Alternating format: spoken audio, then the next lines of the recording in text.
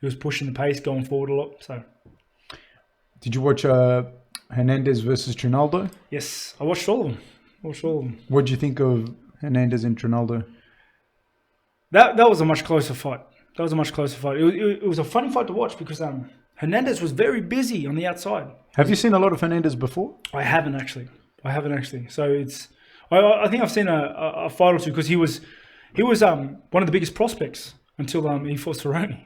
Yeah. And Cerrone, he loves doing that, doesn't he? He takes on prospects and just Takes on anyone, really. Yeah. He's like the ultimate gatekeeper. Yeah. Well, he could win a title too. Yeah. Yeah. Yeah, it's funny like that. It's like just crushes people's dreams.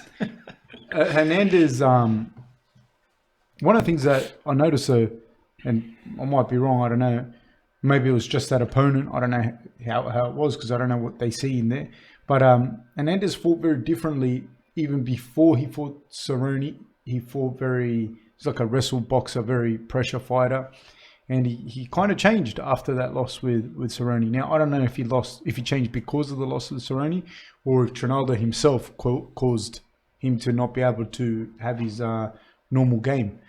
What are your thoughts? Yeah, I feel he stayed on the outside a little bit too much, and when he did come in, it wasn't as effective as it could have been. when I was watching him, because I like to think of myself as an outside fighter. When I was watching him do his thing, it didn't look comfortable. It didn't look natural. It looked forced, and you could see that. I don't know. His movements look funny to me. What is it that makes a natural outside fighter? Oh, it's hard to explain. But if I would have to say it would be the subtleties of an outside fighter, the way he moves, the way his body moves with his legs. There's very little tells. Like, who's the best at doing this. I think the best person who fights on the outside is Wonderboy Thompson. He fights on the outside. He gives you different looks from the outside. From the outside, he's got good long range attacks, and then when he comes in, it's hard to see because he disguises it behind other stuff. And a big thing with an outside fighter becoming in, like going on the inside to do those attacks, those sort of blitz fighters, is that you can't blitz in a straight line. You can't blitz like with very one-dimensional attacks because a guy like Trinaldo, who's controlling the center and playing a pretty good counter game, is going to sit there. He's going to wait for your timing. As you come in, if you don't hurt him or if you don't get off first, he's just going to pop you, and then you have to get back out and you have to do that again. It's because the guy that you're trying to blitz in on is waiting for it. He's waiting for you to come in. How does someone like Hernandez then, who was adopting an outside style, how does he create that situation where his blitz would have been more effective against? I think you need more looks, so feinting a lot. I think feinting a lot, but you also need a lot of long range strikes. You need long range strikes to get him. You need to get Trinaldo uncomfortable with you being on the outside, so that he starts to move forward, or so that he starts to. You need to get him thinking less about the counter strike. It's a funny game. No, I guess what you're saying is like, if not, it's like he's bouncing a tennis ball, just waiting, like, and he's going to hit you every time you come in. He knows you're coming. You're going to come in. And he's just waiting with the tennis racket. He's just going to wait. He's going to try and take the strikes and then pop you off. That's why it's so close. It's so close because he's just waiting for you to come. You need to give him looks. You need to get his mind elsewhere. You need to so that he never knows when you're going to come in. And like that can be done with calf kicks, leg kicks, feints, like going high, shooting, going high, going low, like that sort of stuff. And then another thing, which I think is the next phase of it, is being able to fight well on the inside. Once you've closed that gap, you need to get him wary of you on the inside. You can't let him get off, which means you have to go in with very, very good head movement, because if you go one-dimensional inside, he's going to pop you with those one-dimensional strikes, uppercut, hooks, punches, like that tight striking that he's waiting for. So you have to get on, create an angle that he can't strike you from, and then hurt him so that he has to leave the pocket. Otherwise, and then you can move forward. And then you start again because you're on the outside again and he's left. But you've taken up his space. Exactly. You've taken up his space and he's wary now. He's wary because he can't hurt you from the outside, but he's not winning on the inside. And then a very different game ensues. So, yeah. But then also the space that he can move back starts to become smaller because his back's to the cage. That's why center control is so important. Yeah, 100%. Center control is huge with every fight. And because a very big thing is that it just looks like you're winning. Did you think Hernandez did enough to win? It is what it is. Again, like I said, I follow. I think so. Like it was a very close fight. Yeah, it certainly wasn't a robbery. Yeah, I could have said the other guy won too, but like I said before, decisions made. It is what it is. We were talking earlier off camera. We were talking about because some people are going to see it differently, and they're going to say it was a robbery, and maybe they were there, and maybe it looked completely different, or maybe it didn't.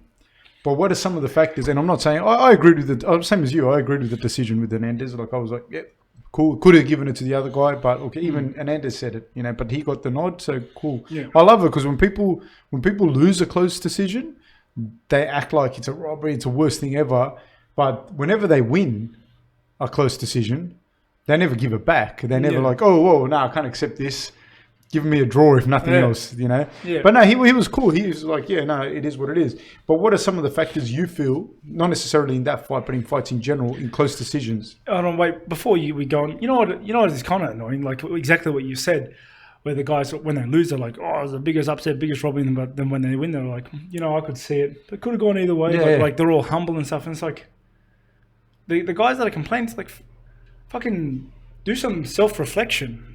Like, honestly, it's like, maybe next fight, do more. Yeah. Like, do more. You know what I mean? And if you gave it your all and you can't do any more, then be happy with the decision. Well, you don't have to be happy with it, but accept it at least, because you did your best and you still come on with the loss, and that's what happens. It's half the game. So what are some of the factors? What are some of the factors that go into a close decision? Yeah, and that's another thing. We were speaking off camera is because in a close fight like that. And I mentioned it the week prior as well. The guys making the decision, scoring the cards, are judges. They're humans like anybody else. They're not robots. They're not machines. They have emotions. They have feelings. And certain fighters bring certain auras to it. The crowd plays a certain effect. How much do you think a crowd plays?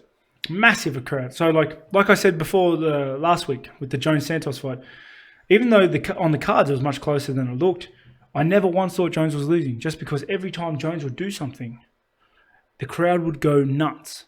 The crowd would go nuts, and Jones brings an aura to the octagon. And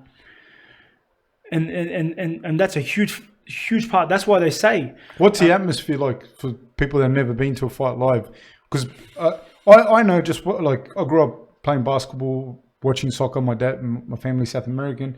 And I've been to games and and I understand the crowd. Like you can't talk next to each other. Yeah. Sometimes.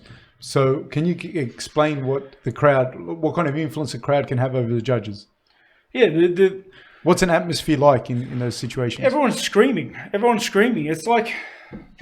Is there a discrepancy when Santos does something? What's a good way? It's like when. People, like on social media, people start building hype about a player or a team or a game or a movie. So people start creating hype. You start seeing comments saying, this is so good, this is good, can't wait for this is pumped.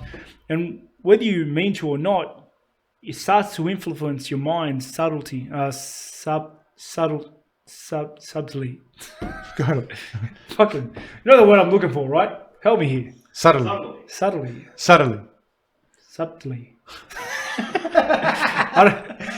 That's how bad I fucked him up in the game. Don't claim that. Don't claim that. Lead uppercut. I was barely literate before I came. With everything. You get through this, mate. Hey, I barely got through high school. So don't you claim anything. I was already done. I think it slowly affects your mind. And the shots. Whether you want to or not, the crowd just starts to affect you. And when you've got like a hometown guy, no matter what the guy does, the crowd goes ballistic. And if you're trying to score a card and the hometown hero does a jab and the crowd goes mental, you think that jab was much more important than it was. Even if it did nothing, you hit nothing but air. And now let's change the angle of the fight. Let's say the guy was jabbing his opponent whose back was to the cage, where you can't even see if it landed or not. And the crowd goes mental. You're like, must have landed. Tick. You know what I mean? Do you think it's a flawed system? Do you think a better system would be people judging it off TV? Do you think having 5 or 6 judges would be better? I think it's a flawed system. But we've mentioned this before. I think we should just fight to the end. Like they